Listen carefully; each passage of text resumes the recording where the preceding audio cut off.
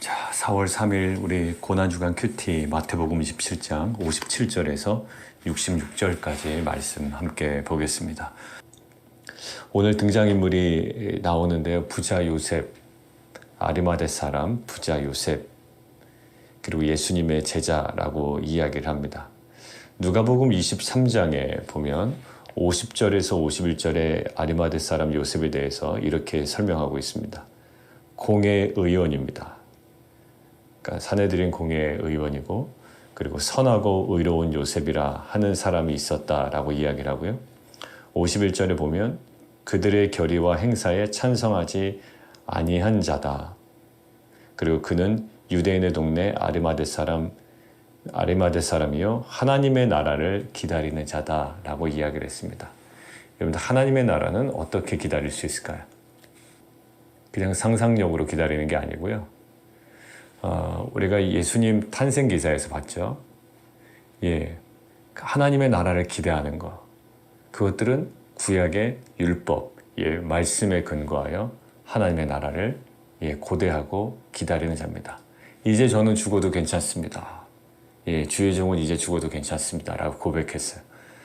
그러니까 지금 요셉은 하나님의 나라를 기다리는 자다. 예수님께서 선포하셨고 또 구약에 예언된 아마 그 하나님의 나라를 아주 명확하게 또 소망하며 기다리던 자였던 것 같습니다. 그리고 요한복음 19장에 보면 아리마대 사람 요셉에 대해서 이렇게 나옵니다. 아리마대 사람 요셉은 예수의 제자이나 유대인의 두려워 그것을 숨겼던 자라고 이야기합니다. 막 좋은 면만 있는 건 아니고요. 또 그의 나름대로 현실적인 부분이 있었던 것 같습니다. 그러나 2일 후에 빌라도에게 예수의 시체를 가져가기를 구하매 빌라도가 허락하는지라 이에 가서 예수의 시체를 가져가니라 라고 이야기가 되어 있습니다. 자, 이 아리마대 사람 요셉, 부자 요셉, 아리마대는 그 북쪽으로, 예루살렘 북쪽으로 한 30여 킬로 떨어져 있는데 아마 이 예루살렘에 자신의 집도 있고 또 아마 자신이 마련된 무덤이 있었던 모양입니다. 정말 부자인 건 맞아요. 거기에 그 정도의 규모의 또 무덤을 갖고 있었다는 것은 맞습니다. 자, 이 사람이 하나 등장하고요. 그 다음에 세 부류가 있는데 61절 막달라 마리아와 다른 마리아가 무덤을 향하여 앉았더라 라고 되어 있어요. 일상으로 돌아가지 않습니다. 예수님 돌아가셨다, 일상으로 돌아가자라는 게 아니라 그 여인들은 계속 무덤을 향하여 십자가에서 무덤까지 따라갑니다. 근데 결국 나중에 보면 이제 마태복음 28장에 보면 이 여인들이 부활의 증인이 되죠.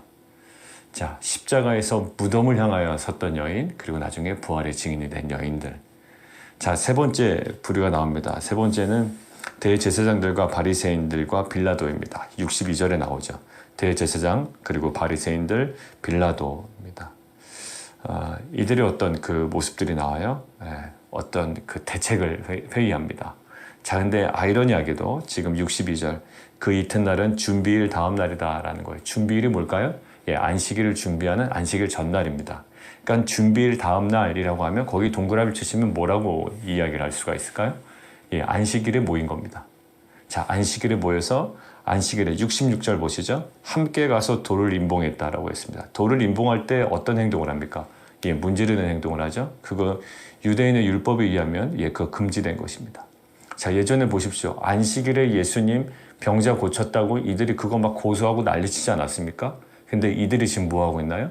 스스로 안식일을 범하고 있어요. 자신들이 무엇을 하고 있는지도 모릅니다. 자, 지금 세 부류가 나오죠. 아리마대 사람 부자 요셉, 그리고 여인들, 그리고 대제사장들과 바리새인 빌라도의 한 무리들, 이렇게 나옵니다. 자, 아리마대 사람 부자 요셉의 행동을 보면 시체를 요구합니다. 왜냐하면 유대법으로는 시체는 나무나 십자가에 달린 채로 밤새껏 둘 수 없습니다. 그렇게 해서 안 됩니다. 밤이 오기 이전에 매장하도록 하고 있습니다. 특별히 그 다음날은 안식일입니다. 안식일엔 더더욱 안 되는 거예요. 자, 가족들은 갈릴리 사람들입니다. 그리고 예루살렘에 마땅한 매장지가 없을 겁니다. 자, 그런데 지금 이 유대법으로는 반드시 나무에서 내려서 지금 매장하도록 해야 되는데 로마법은 어떠냐면 로마의 풍습은 십자가에 달린 자는 그냥 매장하지 않습니다. 그들의 풍습은 그냥 내버려 둬요. 대개 땅 위에 그냥 방치합니다. 그러니까 시체가 남아나질 않는 거고요. 예. 그러니까 유대교 신앙으로는 또 그렇게 처리하는 것이 수치스러운 일이 되는 겁니다. 지금 이것들이 누군가 해야 되는 거예요. 자, 그런데 갑자기 아리마대 사람 부자 요셉, 공의 의원이었고 선하고 의로운 자라 그 누가복음에서 얘기했던 그 아리마대 사람 요셉이 나타납니다. 하나님 나라를 고대하고 기다리던 자. 자, 그래서 그가 시체를 달라 하고 빌라도가 내줍니다. 그리고 시체를 가져다가 깨끗한 세마포로 싸서 그 장사 지내죠. 그 무덤에 안치합니다. 이때 누가 등장합니까? 요한복음에 보면 니고데모라는 사람이 또 등장하죠. 그는 이제 그 시체에 물 향신료들을 이제 준비해 가져와서 같이 그것들을 정리를 합니다. 여인들은 이제 계속 무덤을 향하여 앉아 있어요.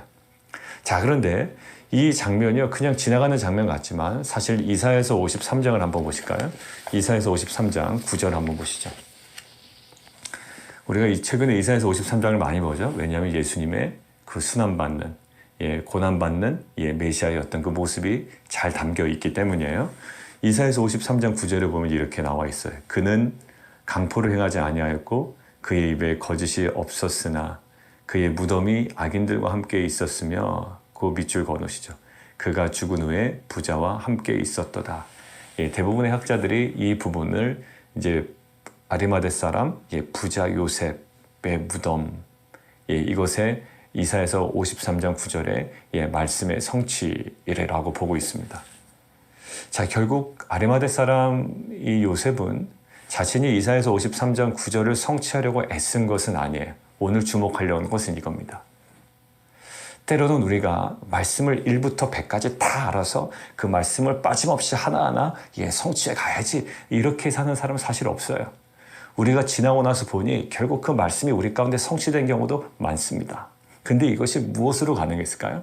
물론 그는 자신의 정체성을 완벽하게 드러내지 못했지만 우리가 누가복음에서 보는 것처럼 뭐라고 나와 있어요? 하나님 나라를 기대하고 고대하는 자였어요. 결국 그는 지금 예수님의 시체를 달라고 그러는 것, 이것은 굉장히 그들의 조직사회에서는 위험한 일이 될 것이고요. 어떠한 불이익이 자기에게 올지 몰라요. 그러나 이렇게 완벽한 커밍아웃을 했다는 것은 어떤 관계가 탄탄했다는 걸까요? 그가 그 전부터 유지하고 있었던 그 주님과의 관계, 제자라고 부르지 않습니까? 제자였다고 얘기한단 말이에요. 제자는 그냥 단순한 어떤 조직원이다라는 것을 이야기하지 않을 거예요. 분명히 주님과의 관계가 있었을 거예요. 복음서에 다 드러나진 않지만 그는 분명히 어떠한 모습이든 주님과의 어떤 관계가 맺어 있었을 겁니다. 결국 그 주님과의 관계 속에서 그의 어떻게 보면 신앙 고백이죠. 마치 무엇처럼요? 혈루증 앓던 여인이 예수님의 옷자락을 만졌던 그 간절한 신앙 고백을 주님께서는 그것들을 믿음으로 여기시고 그녀에게 치유를 또 회복을 허락하신 것처럼 이 아리마대 사람 이 부자 요셉은요, 지금 그의 주님과의 관계 속에서의 신앙 고백이었어요. 이사야서 53장 9절, 그는 아마 염두하지 않았을 겁니다. 염두에 뒀다면 굉장히 여기에 주목이 되었겠죠. 그러나 그의 행동이 결국 이사야서 53장 9절의 말씀이 성취됩니다. 가룟 유다는 안 그랬나요? 사실 가룟 유다는 구약 성경에 있는 그 말씀을 성취하려고 본인이 애쓴 건 아니에요.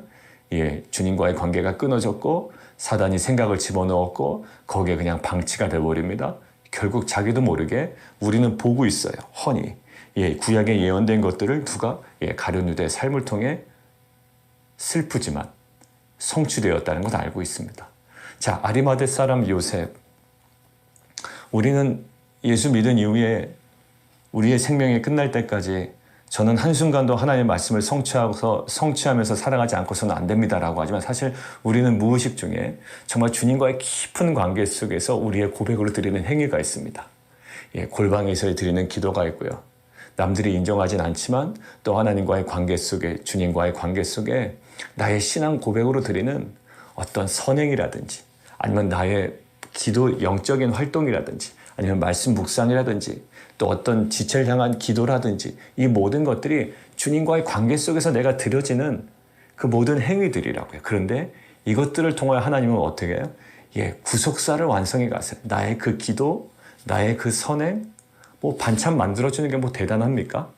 그런데 그 어떤 그 반찬을 만들어주고 또 병자가 있을 때 또 그들 위하여 뭐 죽을 써준다든가 아니면 그에 필요한 모든 것들을 감당해내는 것, 그게 그 사람과의 관계가 아니라 사실 우리 성도님들의 삶을 가만히 옆에서 보면 그게 이제 주님과의 관계 속에서 그냥 말씀으로 받은 또 하나님께서 주셨던 마음들을 순종함으로 나아가는 거예요. 그런데 그 관계가 그들에게 예수 그리스도의 복음이 긍휼이 사랑이 전해지고 결국 우리가 보길 원하는 뭐죠? 구속사가 성취되더란 말이에요. 구속사는 창세기부터 지금까지 계속적으로 점진적으로 확장되어 가면서 완벽하게 온전하게 지금 계속 성취되고 있습니다. 우리 교회 공동체를 통해서도 그렇고요. 우리 성도님들의 삶을 통해서도 그래요. 정말로 믿지 않았던 사람들이 어떤 질병이나 어려움이나 때로는 어떤 사건들을 통하여 또 그때 우리가 섬겼던 어떤 행위나 섬김과 선행과 또 우리의 기도를 통해 정말 그들이 주님께 돌아오는 놀라운 일들이 벌어지죠. 자, 오늘 아리마대 사람 요셉이 그랬습니다. 주님과의 관계 속에서 행한 행동이에요. 자기는 괜찮습니다. 어떤 불이익이 와도 괜찮아요. 네, 주님과의 관계 속에 자신의 무덤을 드리고 거기에 주님을 깨끗한 세마포 옷을 준비해서 거기다 안치합니다. 근데 이것이 이사야서 53장 9절에 성취가 되는 거예요. 우리가 말씀에 어떻게 반응하는 것인가? 우리 삶 가운데 어떻게 말씀이 성취되는 것인가? 라는 것들은 사실 핵심은 그냥 말씀을 기계적으로 받는 것에 그치지 않아요. 그냥 말씀을 받았다, 깨달았다, 말씀 때문에 내 마음에 동요가 됐다. 이것은요, 계속 최근에 강조하는 것이지만 가치 중립적입니다. 우리가 그 말씀을 받았을 때의 어떤 관계가 형성됐느냐라는 거예요. 그동안 예수님의 제자로서 받았던 말씀, 이것들을 형성된 그 관계가 있어요. 결국 그 관계 속에 하나님의 그 말씀은 정확하게 성취됩니다. 그런데 또 다른 부류가 있습니다. 어디냐면 대제사장들과 바리새인들과 빌라도예요. 이 사람들은 무엇에 반응하죠? 이 사람들이 똑같이 말씀에 반응합니다. 놀랍습니다. 이 사람들도 말씀에 반응합니다. 63절. 주여 저 속이던 자가 살아있을 때 말하되, 누가 말한 겁니까? 예수님이 말씀하신 것에 반응합니다. 자, 뭐라고 말씀하셨다고요? 내가 사흘 후에 다시 살아나리라 한 것을 이들 기억하고 있는 거예요. 말씀을 기억하고 있고 말씀에 반응한다는 것 어떤 걸까요? 좋은 거잖아요? 아니요. 가치 중립적이에요. 이들은 반응은 했습니다. 말씀 때문에 동요는 일어났다고요. 그런데 무엇으로 여깁니까? 자, 이게 반드시 이루어질 것이니 우리가 이 부활을 기대합시다. 아니요, 전혀 그런 거 아닙니다. 말씀에 반응은 했어요. 부활이라는 말씀에 반응은 했단 말입니다. 부활이라는 메시지에 반응은 했어요. 살아난다고 하던데요. 기억이 났고요. 동요가 되고요. 뭔가 적극적인 반응을 합니다. 근데 그 적극적인 반응의 결론이 뭡니까? 그게 속임이라는 거예요. 64절. 그 무덤을 사흘까지 굳게 지키게 하소서. 왜요? 부활하는 것을 우리가 목격해야 됩니다. 그리고 우리가 이것을 전해야 됩니다라는 게 아니에요. 끝까지 지키게 하소서. 왜냐하면 이들이 시체를 빼가다가 부활했다라고 속일 가능성이 있습니다라는 거예요. 말씀에 반응하는 패턴이 완전히 깨져버렸어요. 64절 후반부에 후의 속임이 전보다 더 클까나이다. 후의 속임이 뭘까요? 시체를 빼다가 부활했다라는 속임. 전의 속임은요, 자신이 메시아라는 속임이에요. 다 속임으로 봅니다. 지금 다 무엇에 반응했어요, 이 사람들이요? 예수님의 말씀에 반응합니다. 나는 메시아다라는 말씀에 반응했어요. 무엇으로? 속임. 나는 3일 후에, 사흘 후에 살아날 거야 라는 거예요. 반응했습니다. 근데 무엇으로 반응해요? 속임수라고 반응해요. 그러면서 빌라도가 굳게 지켜. 니네가 잘 지켜 라는 거예요. 오히려 이것이 예수 부활의 결정적인 증거가 됩니다. 왜냐하면 이런 조치가 없었더라면 별소리 다 했을 거예요. 근데 그들이 직접 지킵니다. 함께 가서 지켜요. 함께 돌을 임봉합니다. 누가? 대제사장과 바리새인들이 66절 함께 가서 그들이 봉한단 말이에요. 그리고 이 경비병들이 지키고 있습니다. 근데 내일 본문에 보면 예수님 부활하셨습니다.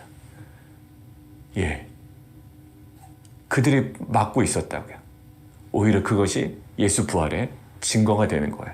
더 명백한 증거가 되는 거죠. 자, 그런데 오늘 포인트는 뭘까요? 아까 이 말씀의 성취예요. 이 아리마대 사람 요셉은요, 이 주님과의 관계 속에서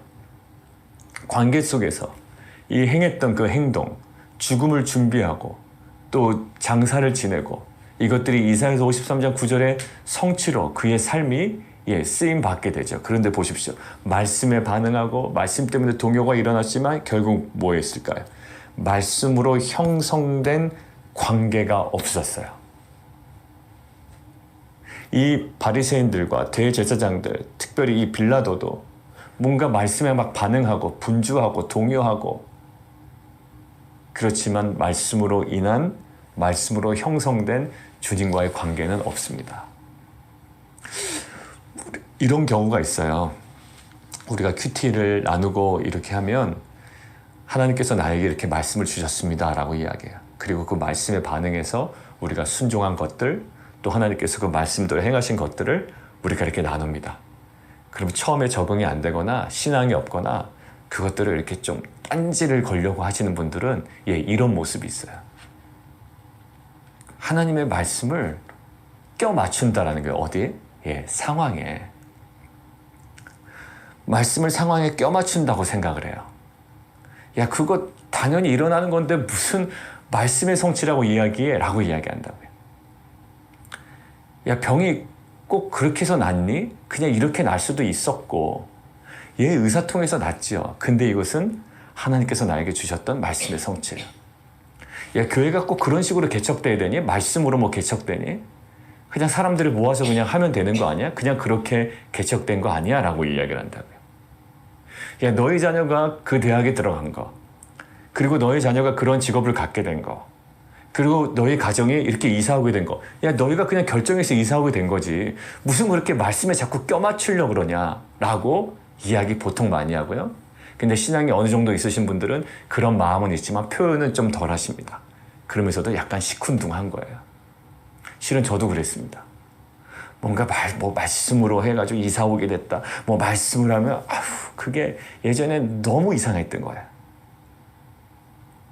이해가 안 가고. 자, 지금은 어떤 모습일까요? 마찬가지. 자, 분명히 예수님 부활하셨습니다. 근데 뭐라고요? 말씀을 상황에 껴맞추려고 그런다는 거예요. 어떻게 하고? 시스는 빼돌리고 나서 부활하셨다라는 그런 메시지에 상황을 맞추려고 한다. 이렇게 생각하는 거죠. 무엇이 없을까요? 관계가 형성되어 있지 않아요. 여러분들, 우리 큐티 나누는 방을 통해서 우리가 알기를 원하는 것은 그거예요. 우리가 큐티한다라는 것보다 우리는 하나님에 대해서, 주님에 대해서 그냥 일반적인 지식을 가지고 그냥 생활할 때가 있습니다. 그러나 하나님의 말씀은 지금도 살아있고 운동력이 있다고 그랬죠. 지금도 우리의 삶 가운데 역사하고 계십니다. 근데 이 역사하고 계신 그 하나님이신, 그 예수님이신 이 말씀을 우리가 관계로 제대로 맺지 않으면 결국 우리는 먼 발치에서 다른 사람들의 나눔을 들으며 그럴듯하게 잘 연결시킨다라고 그냥 생각하고 여전히 나는 신앙인이라고 생각할 가능성이 많아요. 여러분들, 말씀은 그렇지가 않습니다. 여러분들 그냥 우연히 일어난 것이라고 생각하잖아요. 여러분들 구약 성경 보세요. 우리가 하심탐사하고 계시죠. 지금 구약반은. 예후가 북이스라엘 요람 왕을 죽입니다. 근데 그 요람 왕이 마지막 죽을 때 자기 조카 아하시아에게 뭐라고 그러던가요? 아하시아야, 한마디로 조카야, 반역이다라고 외치고 그냥 죽어요. 근데 우리는 알아요. 이게 엘리야를 통해서 아합에게 이미 하나님께서 주셨던 말씀이라는 걸. 예후에게 기름을 부으라고, 그리고 예후에게 네가 왕위를 얻을 것이라고, 그 아합의 가문을 멸할 것이라고 하나님께서 이 예후에게 주셨던 말씀인 것을 알고요. 예후의 그 모든 행위는 실은 반역이 아니었어요. 뭐였죠? 말씀에 근거하면 이것은 하나님의 말씀의 성취였다고요. 근데 그 요람은요, 결국 죽을 때까지 무엇을 알고 죽었을까요? 하나님의 말씀이 성취됐구나라는 것을 전혀 인식하지 못하고 무엇을 알고 죽었을까요? 정치적 반역으로 알고 그냥 죽은 거예요. 여러분들, 우리는 그냥 병원 가서 병이 낫다고 생각해요. 그렇게 생각하고 싶은 거예요. 뭘 그렇게 말씀이 임했다고 그래? 이렇게 얘기한다고요. 사업이 잘 되잖아요? 어떤 직장에서 잘 풀리고 자녀가 잘 되면 뭐 공동체 안에서 형식적으로 하나님께서 하셨습니다라고 그러지만 이것이 말씀과 연결이 안 되는 거예요. 말씀과 연결할 수가 없어요. 왜? 말씀으로 다가오시는 주님과 뭐가 없어? 관계가 없기 때문에. 수많은 말씀은 있지만 이 말씀이 내 삶 가운데 어떻게 역사했는지 매일매일의 이 큐티는 우리가 왜 하는 걸까요? 그냥 큐티 안 하면 신자 취급 못 받으니까 하는 겁니까? 여러분들 그런 큐티가 아니에요. 큐티 안 하면 뭐 교회의 어떤 그 신자로서 정의원으로서 인정 못 받으니까 하는 거예요. 아니에요. 이거는 살아계신 하나님의 말씀이고요. 하나님은 말씀으로 우리 가운데 역사하세요. 이스라엘 역사 어떻게 이끌어 가셨습니까? 예, 말씀 주시고 말씀 성취해 가시고 말씀 주시고 말씀대로 이루시고 나중에 요시아라는 왕이 나올 거야? 아니 요아스라는 왕이 나올 거야? 그가 이것들을 다 멸할 거다. 정말로 요아스가 나와서 예, 요시아라는 왕이 나와서 예, 이것들 다 멸하잖아요. 예, 결국 하나님의 역사는요. 말씀을 주시고 말씀이 성취되는 거예요. 예수님께서 말씀하셨고 말씀이 성취될 거예요. 근데 이들은 끝까지 어떻게 돼요? 이 말씀을 속임수, 상황에 껴맞추려고 시신 빼돌리고 이 정도 수준에 머무른다고요. 신앙의 깊이는 뭘까요? 예, 말씀의 깊이로 들어가는 거예요. 그 말씀을 진지하게 받아들이고요. 이제 이 상황을 보려요. 병이 낫네, 사업이 잘 됐네, 좀 안 풀리네, 막혔네, 다쳤네.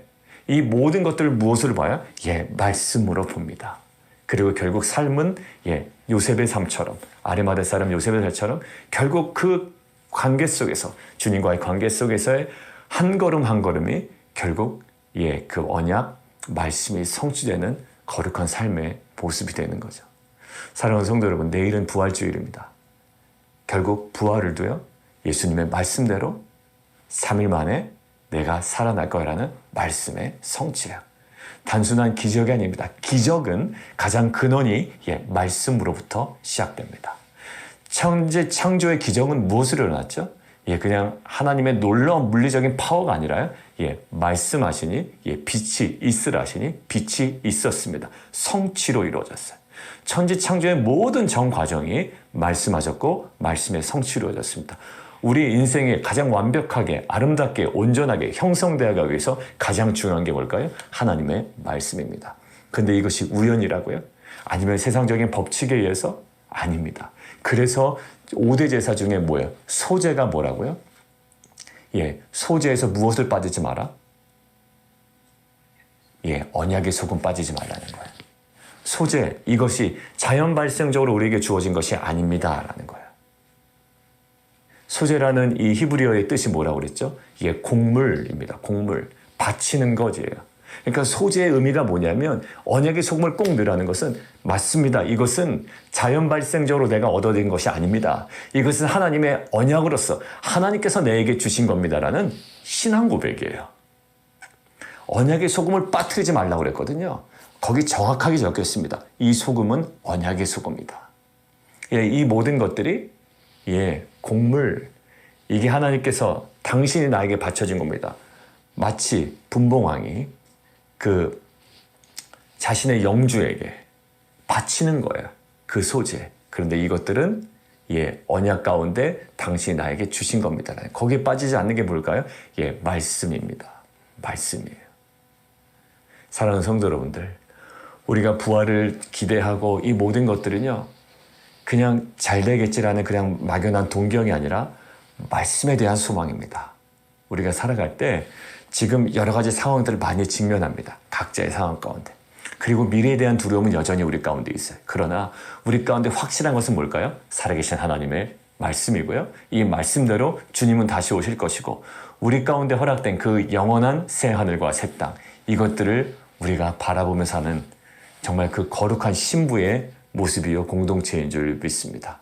이 말씀으로 이 상황을 보고 말씀을 통한 주님과의 깊은 관계를 통해 말씀을 성취해 나가시는 귀한 공동체 되기를 원합니다. 함께 기도하도록 하겠습니다.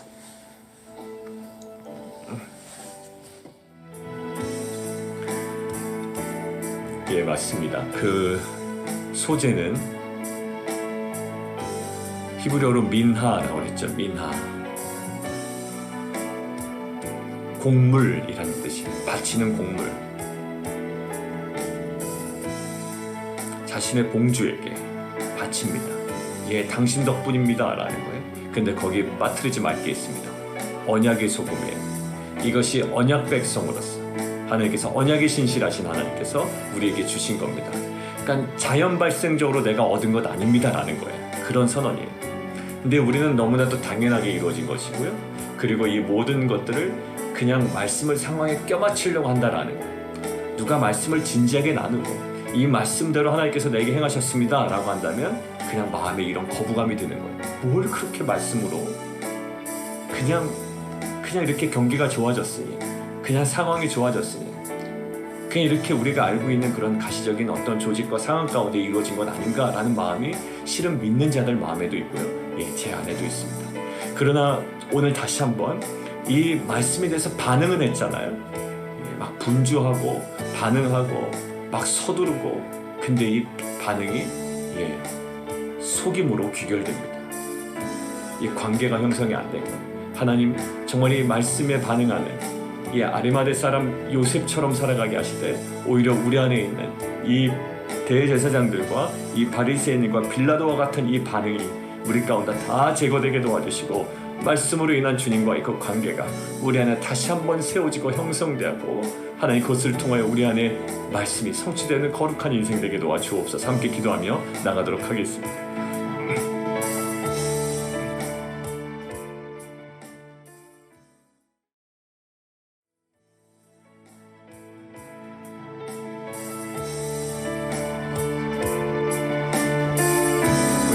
또 기도하도록 하겠습니다. 우리 내일 부활주일이에요. 정말 각자의 그 닫혔던 무덤문이 열리고 또 우리에게 주시는 그 복음으로 인한 십자가의 죽음과 부활로 인한 정말 살아있는 소망이 우리 가운데 회복되는 귀한 주일 예배 되기를 원합니다. 그리고 우리 어제도 성금요예배 때 함께 기도했지만 우리 그 이종호 선교사님 위해서 기도해 주시고요. 그다음에 우리 김남희 선교사님 위해서 우리 이제 퇴원하시고 통원치료 남아있지만 아직까지 완벽히 회복된 것은 아닙니다. 그리고 필요한 여러 가지 또 병원비 처리나 이런 부분을 놓고 우리가 함께 좀 기도했으면 좋겠고, 그 다음에 우리 이현수 선교사님 동행선교회 텍사스에 계신데 지금 스트로크가 와서 지금 왼쪽으로 오셨다고 그러고요. 그 다음에 이제 음식 삼키는 것이 지금 아직 회복이 안 되셨어요. 그래서 지금 호스로 영양을 공급한다고 하는데 이 모든 것들이 좀 회복되고 또 재활되어지는 모든 과정을 위해서 우리가 좀 기도했으면 좋겠습니다. 우리 선교사님들 위해서 좀 기도하시고요. 우리 성도님들 그리고 내일 부활주일 예배 위해서 우리 계속 함께 기도하도록 하겠습니다.